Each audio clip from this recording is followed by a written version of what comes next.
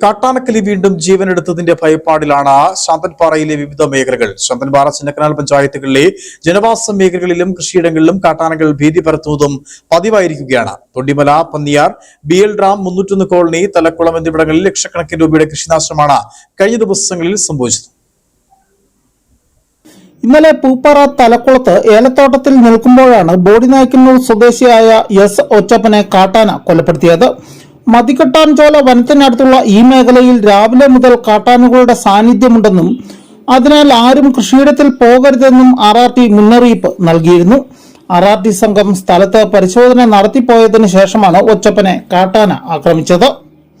കാട്ടാനകളെ ഭയന്ന് ഈ മേഖലയിലെ കർഷകർക്ക് കൃഷിപ്പണികൾ സമയത്ത് ചെയ്തു തീർക്കുവാൻ കഴിഞ്ഞിരുന്നില്ല. ഏലത്തിന് നല്ല വിലയുള്ളപ്പോഴും പണി പൂർത്തിയാക്കാൻ കഴിയാത്ത സങ്കടത്തിലാണ് കർഷകർ.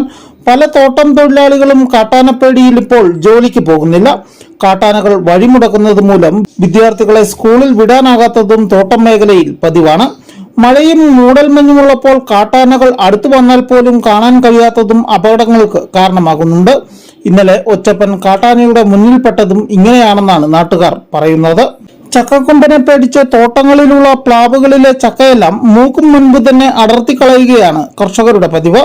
വാഴയും മറ്റു ഫലവൃക്ഷങ്ങളും ഒന്നും തോട്ടങ്ങളിലില്ല. എന്നിട്ടും കാട്ടാനകൾ കൃഷിയിടത്തിലിറങ്ങി നാശം വിതയ്ക്കുന്നത് വലിയ ആശങ്കയാണ് മേഖലയിൽ ഉണ്ടാക്കുന്നത്. News bureau, Udumbanchola.